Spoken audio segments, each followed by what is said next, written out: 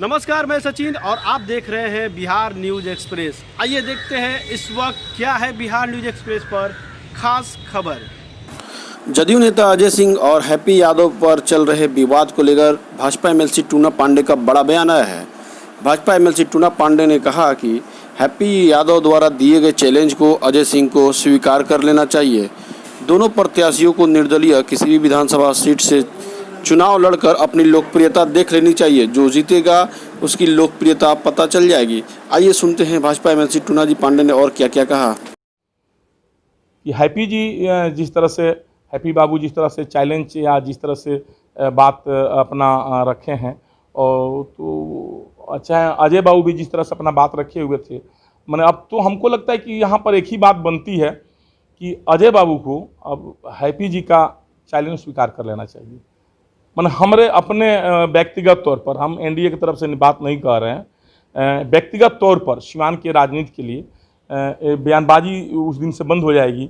हमको जहाँ तक आशा लगता है कि अगर हैप्पी जी का चैलेंज अगर अजय बाबू स्वीकार कर लेते हैं तो उसी दिन से बयानबाजी भी बंद हो जाएगी।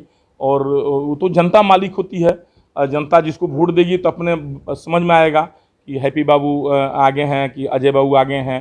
तो देखिए, बयानबाजी अच्छी बात नहीं है। व्यक्तिगत बयानबाजी जो बार बार हो रही है ना, इसीलिए तो हम बात कह रहे हैं ना, हम यही बात इसीलिए कह रहे हैं कि बयान उस दिन से बंद हो जाएगी। अजय बाबू को हमारे अपने पर्सनल व्यक्तिगत अगर हमारे पर अगर ये बात रहती तो हम सहर्ष स्वीकार कर लेते।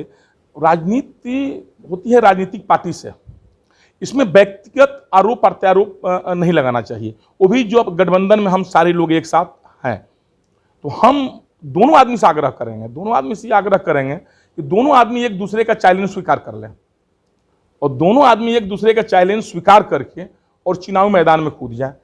ठीक है ना। जिसे मानिए कि वो भी जो भी अजय बाबू भी का भी बात है, हाँ दोनों निर्दलीय, दोनों पार्टी से नहीं, पार्टी से अगर दोनों आदमी कूदते हैं तब तो भाजपा की तरफ से भाजपा पार्टी चुनाव लड़ रही है और जदयू की तरफ से जदयू पार्टी चुनाव लड़ रही है। आदरणीय नीतीश जी लड़ रहे हैं और इधर आदरणीय सुशील कुमार मोदी जी लड़ रहे हैं। तो ये इन लोगों की लड़ाई नहीं हुई ना, ये दूसरे किसी के नाम पर। दरअसल दोनों आदमी निर्दलीय, दोनों एक आदमी एक दूसरे को चैलेंज दिए हैं, अच्छी अच्छी भाषा में भी दिए हैं। हम देखें उन लोगों को, दोनों आदमी का कहीं कहीं बहुत अच्छी भाषा बोला है लोग, कहीं कहीं भाषा में कटुता भी आ गई है। तो दोनों लोग को एक बार देखिए, मारपीट वाली झगड़ा तो है नहीं, ये राजनीतिक लड़ाई है और जनता इसका मालिक है। अब किनकी लोकप्रियता कितनी है ये जनता तय कर देगी। तो हमको तो दोनों आदमी को सुझाव देंगे और दोनों आदमी को बात कहेंगे कि तो वो दोनों आदमी आज से बयान देना बंद कर दें, अपने अपने घर चुपचाप बैठें, एनडीए को चुनाव लड़ने दें। या अगर दोनों आदमी को अपने आप पर लगता है कि सीवान की जनता हमको ज़्यादा मानती है, सीवान की जनता हमको ज़्यादा मानती है, तो ये निश्चित है 8 विधानसभा में हम भी एमएलसी हैं, 6 विधानसभा में अभी वर्तमान में एमपी साहब हैं, और जो भी एमपी साहिबा है ना अभी 6 विधानसभा की, और 6 विधानसभा के पूर्व में भी एमपीओ आप जिनका नाम ले रहे हैं, ओम प्रकाश बाबू रह चुके हैं, ओम प्रकाश भाई रह चुके हैं। तो दोनों आदमी एमपी 6 विधानसभा के रह चुके हैं। हमको लगता है कि दोनों आदमी के बराबर है।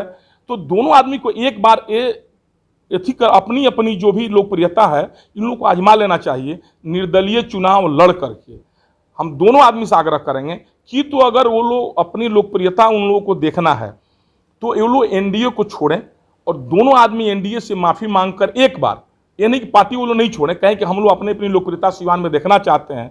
वो लोग 6 विधानसभा में किसी एक विधानसभा को लोग चुनाव कर लें कि हम लोग यहीं से लड़ेंगे।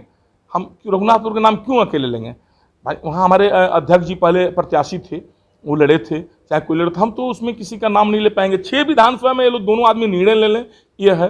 और वहाँ पर शब्दों का अच्छा प्रयोग करते हुए, कोई कटुता न हो, कोई अपशब्द न हो, कोई जातीय वाचक सूचक शब्द न बोला जाए किसी माने हमारे राजपूत भाई वर्ग को, यादव भाई वर्ग को, ब्राह्मण भाई वर्ग को, या किसी दलित भाई वर्ग को, या अल्पसंख्यक वर्ग को कुछ बोला न जाए। और दोनों आदमी चुनाव निर्दलीय लड़ें, अपनी लोकप्रियता देख लें किसकी कितनी लोकप्रियता है। जिसकी लोकप्रियता कम होगी वो कम से कम बयानबाजी बंद कर दें, या अगर दोनों आदमी सिर्फ बयानबाजी देना चाहते हैं तब तो कोई बात ही नहीं है, इन लोगों को बयानबाजी देना बंद कर देना चाहिए, या दोनों आदमी को चुनाव लड़ करके देख लेना चाहिए कौन कितना लोकप्रिय है। बोलने से कैसे होगा, खाली हम बोलते जाएं माइक पर, मीडिया में बुला करके कि हम ये कर रहे हैं, ये लड़े, ये तो जनता की लड़ाई है ना। इसमें तो कोई लाठी डंडा चलाना नहीं है, गाली गलौज करना नहीं है। जनता जिसको वोट देगी सो लोकप्रिय हो जाएगा भाई, उसकी जीत हो जाएगी, ठीक है ना।